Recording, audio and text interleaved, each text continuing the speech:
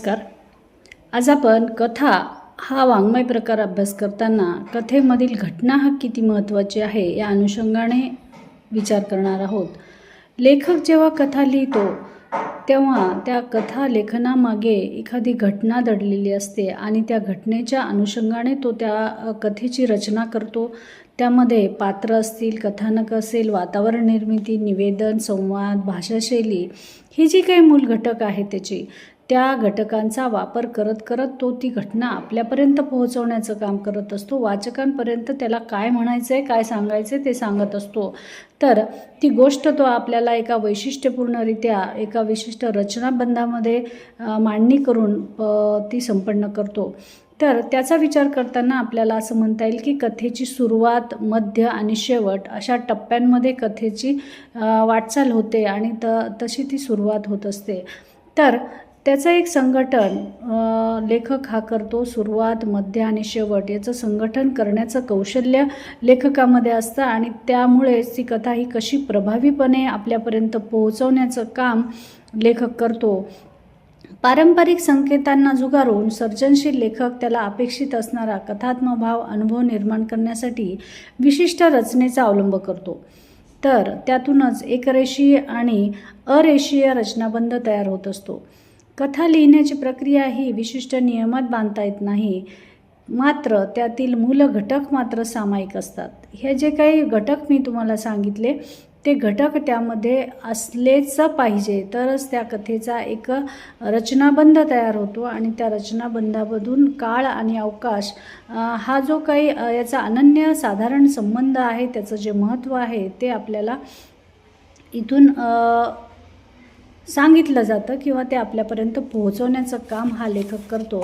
त्यामुळे घटना ही किती महत्त्वाची आहे त्याचा विचार करताना आपल्याला असं म्हणता येईल की कथा लेखनाच्या प्रक्रियेतील सर्वात पहिला घटक म्हणजेच घटना असतो आणि कथेत लेखकाने निर्माण केलेल्या कल्पित विश्वात एका विशिष्ट परिस्थितीत काहीतरी घडते आहे आणि त्यामुळे कथेतील पात्रामध्ये बदल घडून येतात आणि हे परिवर्तन घडून येण्यास त्या पात्राभोवतीची परिस्थिती कशी कारणीभूत ठरते ते लेखक आपल्यापर्यंत पोहोचवतो.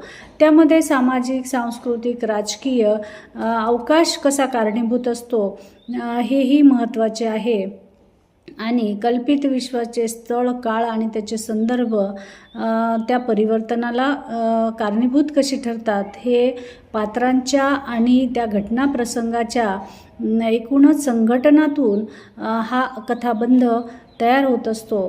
तर जयंत पवार यांच्या एका कथेतून आपल्याला ते मला इथं स्पष्ट करता येईल. तर फिनिक्सच्या राखेतून उठला मोर ही जयंत पवार यांची जी कथा आहे ती आहे मुंबईतील परळ भागात असलेल्या फिनिक्स मिलमध्ये स्वातंत्र्यपूर्व काळापासून 80च्या दशकापर्यंत वेगवेगळ्या वेळी झालेले संप आणि त्यात सहभागी झालेल्या एका कुटुंबातील वेगवेगळ्या पिढीतील लोकांची जी गोष्ट इथे लेखकाने सांगितली आहे.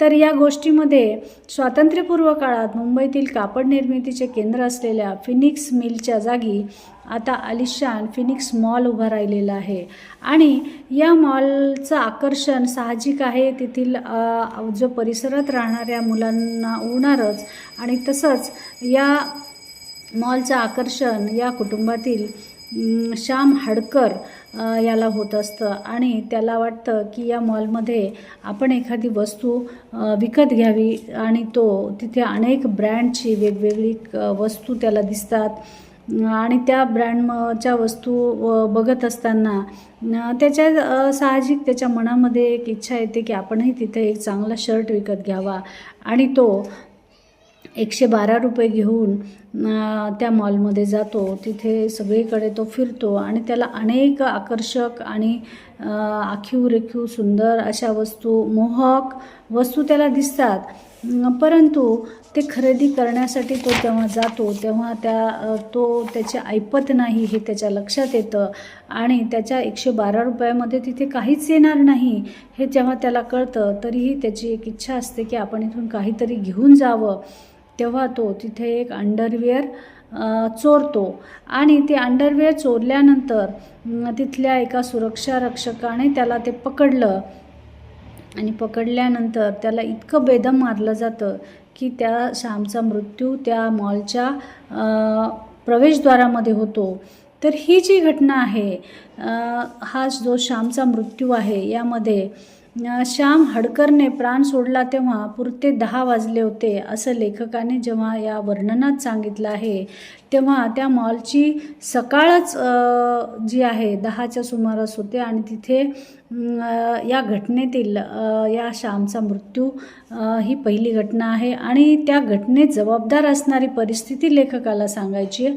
त्यानंतर तो स्पष्ट करत जातो की अंडरवेअर श्याम जेव्हा क्षुल्लक असलेली ही जी छोटीशी गोष्ट आहे ती चोरल्यानंतर त्याचा जो काही भूतकाळ आहे तो लेखकाने इथे आपल्यापर्यंत मांडला आहे की त्याची परिस्थिती आणि एकूणच सगळा त्या मॉलचा इतिहासही आपल्याला लेखकाने सांगितलेला आहे या घटनेतून.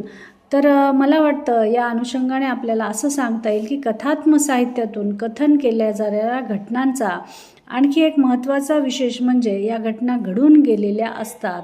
म्हणूनच कथात्मक साहित्य कृतीचा काळ हा भूतकाळ असतो. तिच्यात घडून गेलेल्या घटनांची म्हणजे स्मृती सदृश्य अनुभवांची संघटना केलेली असते. कालानुक्रम, कार्यकारण भाव, साहचर्य तत्व यासारख्या घटनांतून सूत्रानुसार गुंफलेल्या घटनांच्या विशिष्ट क्रमव्यवस्थेचा निर्देश येथे होत असतो. कथानकातील भूतकाळ हे कथात्मक साहित्याचे व्यवच्छेदक वैशिष्ट्य आहे. सुजान लँगरने त्याला प्रतिभासित भूतकाळ व्हर्च्युअल पास्ट असे संबोधले आहे. कारण भूतकाळ प्रत्यक्ष वास्तवातील नसतो, त्या विशिष्ट भूतकाळामुळे कथात्मक साहित्य हे नाट्यात्मक आणि भावकाव्यात्मक साहित्यातून भिन्न असे ठरत जाते.